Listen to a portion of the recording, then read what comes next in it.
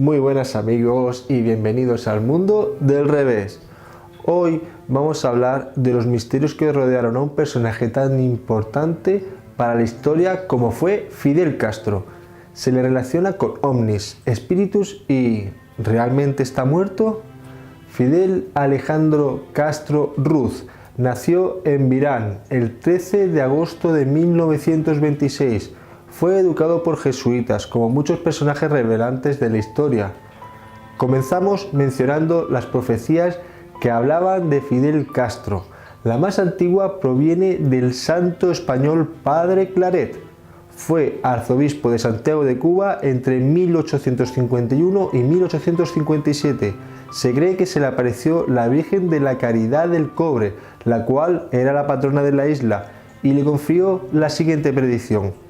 La isla sufrirá una dictadura de más de 40 años, que acabaría con el líder muriendo en cama y derramamiento de sangre. En 1937, Benjamín Solari Paravicini le dedicó una psicografía. Cabeza de barba que parece santa, pero no lo será. Encenderá las Antillas. En el dibujo podemos ver un rostro lleno de negras barbas y en la boca lleva un puro. Sobre la cabeza tiene un gorro militar. Estos detalles no nos hace dudar a quién se refería. Lo gracioso es que cuando Paravicini hizo este dibujo, Castro solo tenía 11 años.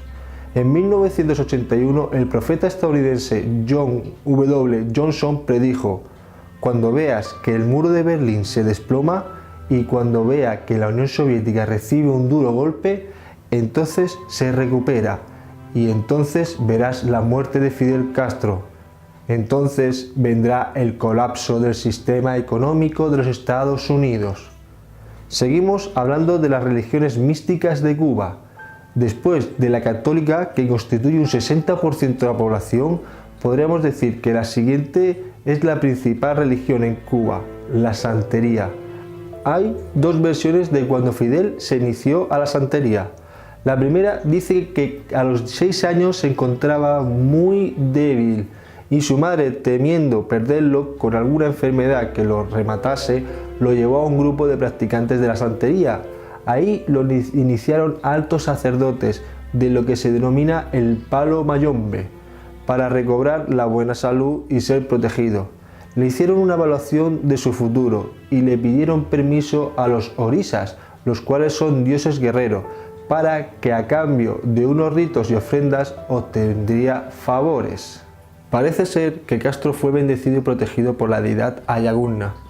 La segunda versión dice que Castro se inició en Guinea e hizo sacrificios con 30 años en Cuba para estar protegido. Supuestamente murió el 25 de noviembre cumpliendo 50 años del comienzo de la conspiración, que le llevó posteriormente al poder. Se guardaron 9 días de luto, que son los que se guardan en la santería para llevar al espíritu a una mejor vida. Se le enterró el 4 de diciembre, siendo el día de Santa Bárbara de Chango. Chango es una deidad muy utilizada por los militares, ya que es el rey del rayo, siendo un guerrero violento y autoritario. Se cree que Fidel era devoto suyo. En la entrevista que Castro concedió a Frei Beto, da a entrever que él creía en lo referente a la santería, lo cual era natural en aquella época.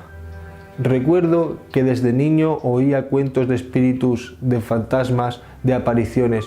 Todo el mundo hacía cuentos, pero además creían en las supersticiones. Por ejemplo, recuerdo algunas. Si un gallo cantaba 3 veces y nadie le contestaba, aquello podría ser una desgracia. Si una lechuza pasaba de noche y se podía escuchar su vuelo y su graznido, entonces eso podría traer desgracia. Si se caía un salero y se rompía, era malo. Había que recoger del suelo un poquito de sal y lanzarla hacia atrás por encima del hombro izquierdo. De manera que en el mundo donde yo nazco era un mundo bastante primitivo en ese sentido, porque había todo tipo de creencias y todo tipo de supersticiones, espíritus, fantasmas, animales agüeros, de todo. Ese era el ambiente, lo veía en todas las familias y en parte también en mi propia casa. La palería es una religión desarrollada por los esclavos de África Central llevados a Cuba. Fidel permitió poco después de llegar a su mandato el saqueo de huesos en los cementerios para facilitar las tradiciones de esta religión, la cual los utilizaba en sus rituales. Para evitarlo, Fidel exigió ser incinerado y así que nadie podría saquear su tumba en busca de estos.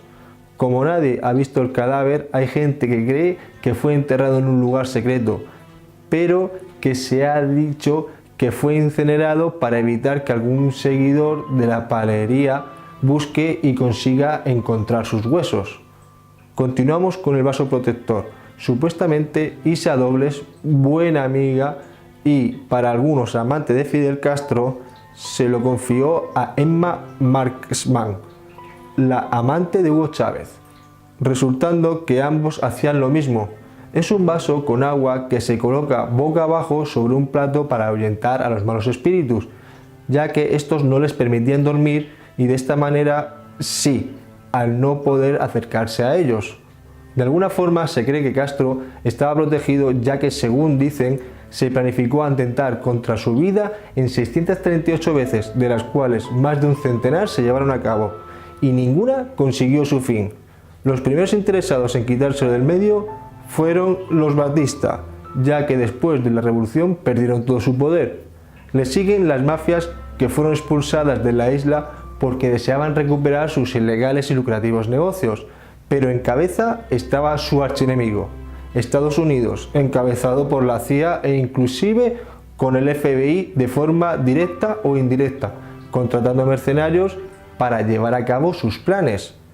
En los años 60, el presidente Eisenhower firmó aprobando el programa de acciones encubiertas para acabar con el régimen castrista, intentando matar a Castro para poner a un líder que fuese positivo para sus intereses estadounidenses.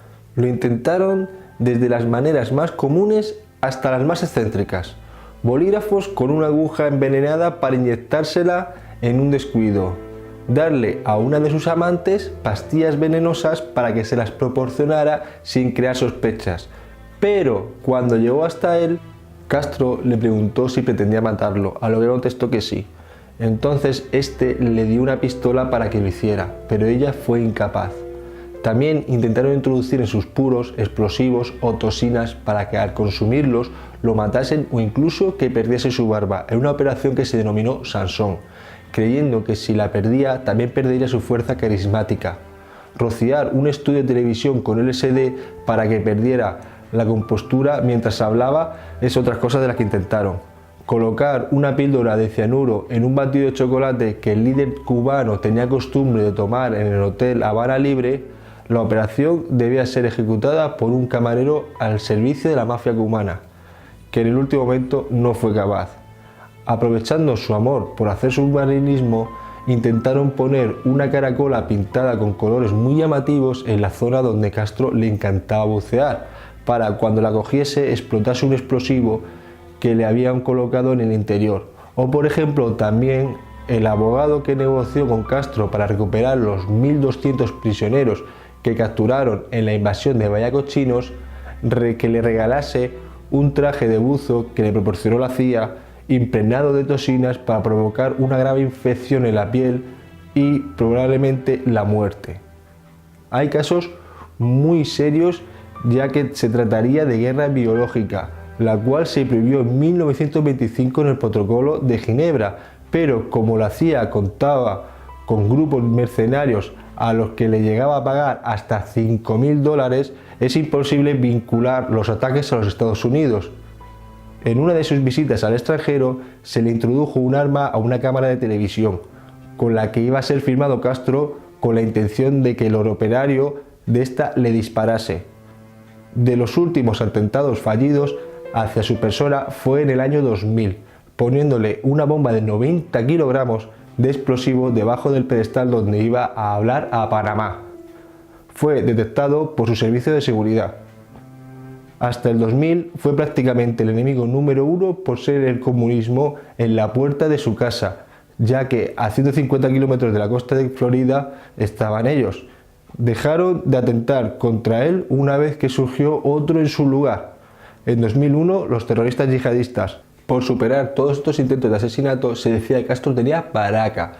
Es una expresión que se usa mucho en Cuba refiriéndose a una bendición. En general se dice que alguien tiene baraca cuando ha superado favorablemente una situación muy peligrosa. En opinión de Fidel Castro, al ser preguntado en la película documental Comandante de Oliver Stone, la causa de su supervivencia es que los terroristas eran mercenarios que tenían miedo a morir si ejecutaban al asesinato o a no poder disfrutar la recompensa. Intentos de asesinato a Fidel Castro por el gobierno estadounidense fueron muchos y fueron por estos presidentes: Eisenhower 38, Kennedy 42, Johnson 72, Nixon 184, Carter 64, Reagan 197, Bush padre 16 y el último Clinton 21. Como podemos ver, Castro sobrevivió a 11 presidentes estadounidenses que intentaron acabar con él. El 13 de marzo de 1960, siendo John Fitzgerald Kennedy aún candidato a la Casa Blanca, contactó e invitó a cenar a Ian Fleming, creador de James Bond, para que le diese ideas de cómo acabar con Castro. Fleming, además de escritor, había pertenecido al Servicio de Inteligencia británico y le comentó algunos métodos. Pocos días después, Fleming se reuniría con Allen Dulles, el cual era director de la CIA. A partir de ahí, en 1961, comenzaría la Operación Mongoose. Al frente estaría el general del Departamento de Estados Unidos, Edward Lansdale, experto en operaciones encubiertas. Su estrategia fue diseñar diferentes acciones para desestabilizar psicológicamente tanto a la población cubana como el gobierno de Fidel Castro. Uno de los métodos fue apelar a la religión. Intentaron llevar a cabo cuando hubiese miles de personas en el malecón y fuesen testigos de un resplandor con la forma de la Virgen de la calidad del cobre, aprovechando que hubiese nubes bajas y proyectando desde un barco un submarino para darle un duro golpe moral al comunismo.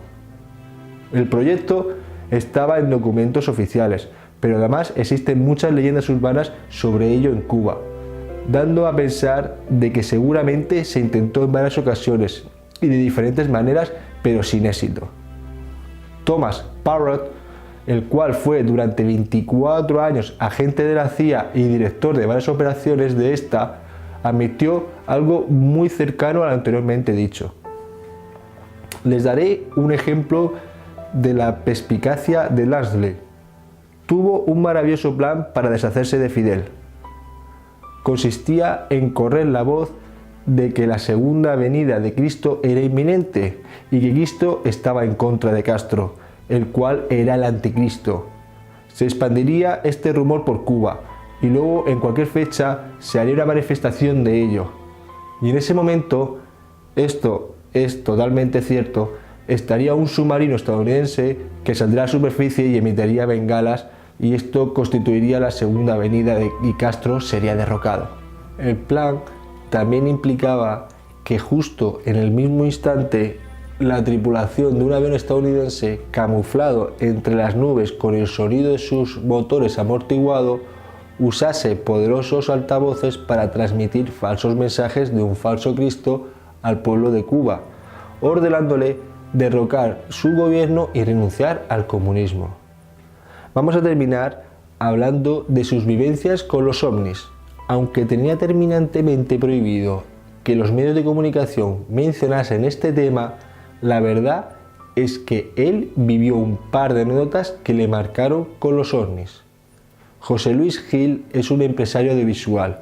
En 2005 tuvo la oportunidad de conversar con Castro pidiéndole que le hablase sobre su gran interés por los ovnis, y este le confesó que en su primera experiencia con el tema ovni fue en la Sierra Maestra, donde veían extrañas bolas de luces. Al principio pensaban que eran satélites estadounidenses o rusos, pero finalmente se dieron cuenta de que bajaban para posarse un rato en la Tierra y se iban. Entonces realmente eran fenómenos ovni. Incluso en 1959 tuvieron que sacar las armas ante una de esas bolas. Lo contaba así: Allí estábamos, en medio de la noche con rifles, de rodillas. Entonces, de repente, vimos una luz entrando entre las estrellas. La luz se acercó al grupo de comandantes y se puso sobre nosotros como una cubeta. Era redonda y enorme. El campo y las montañas se iluminaron como si fuese de día. Desde ese momento se quedó tan impactado que se convirtió en un gran admirador de estos fenómenos, tanto que lo primero que le pidió a Jrushchov en su primer viaje a la Unión Soviética fue que le enseñase si tenía extraterrestres con vida y ovnis. Jrushchov lo llevó a una base militar altamente secreta, seguramente fue el campo de pruebas de Plasetsk, donde en un laboratorio pudo ver objetos recuperados de algún accidente ovni. En una habitación observó a un ser que caminaba y a otro de la misma especie acostado en una camilla. Posteriormente a eso le enseñaron una nave extraterrestre que tenían bajo estudio.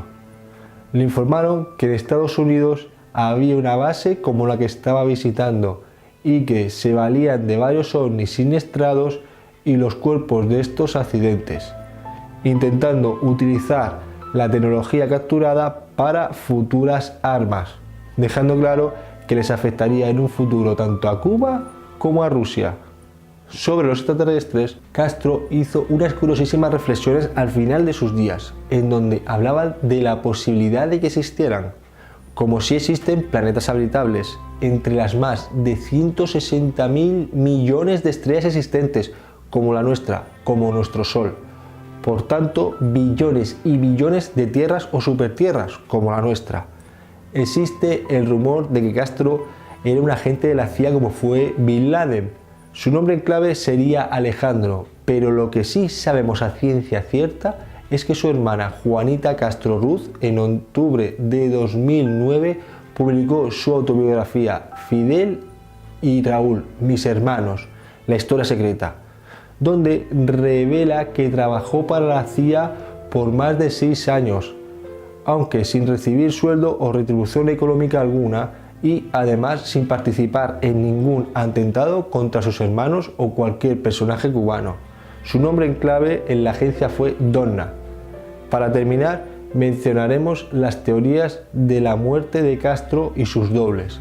La primera dice que cuando Castro sabía que le quedaba poco tiempo, le cedió el poder a su hermano Raúl, y cuando murió hace años lo ocultaron para que Raúl se estabilizase en el gobierno de Cuba y preparase el camino. De mientras, las pocas veces que salían noticias o imágenes de Fidel, realmente era un doble. Incluso se especula de que en las últimas evitaban de que hablase para que nadie pudiese comparar sus voces. La segunda teoría dice que realmente el que ha muerto es un doble y Castro está realmente en un búnker secreto bajo tierra a todo confort, preparado para sobrevivir a una grave catástrofe como la que se piensan que se avecina. Lo que está claro es que Fidel Castro fue un personaje histórico muy misterioso, del que realmente no se sabe con certeza ni su día de nacimiento. Ha dado mucho juego a las teorías durante su vida e incluso después de muerto. Espero que os haya gustado el vídeo. Muchísimas gracias por vuestro tiempo en vernos y hasta el próximo misterio, amigos.